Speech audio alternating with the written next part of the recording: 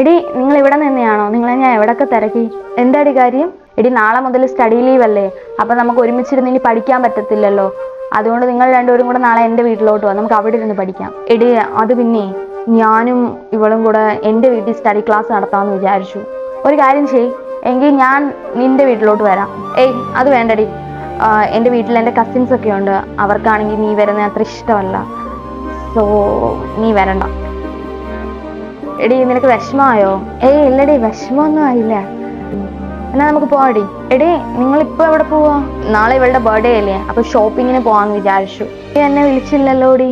എടി അത് എൻ്റെ ക്ലോസ് ഫ്രണ്ട്സിനെ മാത്രമേ ഞാൻ വിളിക്കുന്നുള്ളൂ, അതുകൊണ്ടാ. ഇപ്പൊ എന്തായാലും ഒരു കാര്യം എനിക്ക് മനസ്സിലായി, നിന്റെ ക്ലോസ് ഫ്രണ്ടിനകത്ത് ഞാനില്ലെന്നും ഇവളുടെ വീട്ടിൽ വരുന്നതും ഒന്നും ആർക്കും ഇഷ്ടമല്ലെന്നും മനസ്സിലായി. എന്തായാലും ഇപ്പോഴെങ്കിലും ഇതൊക്കെ എന്നെ ഒന്ന് അറിയിക്കാം നിങ്ങൾ മനസ്സ് കാണിച്ചല്ലോ. Thanks D. ബൈ.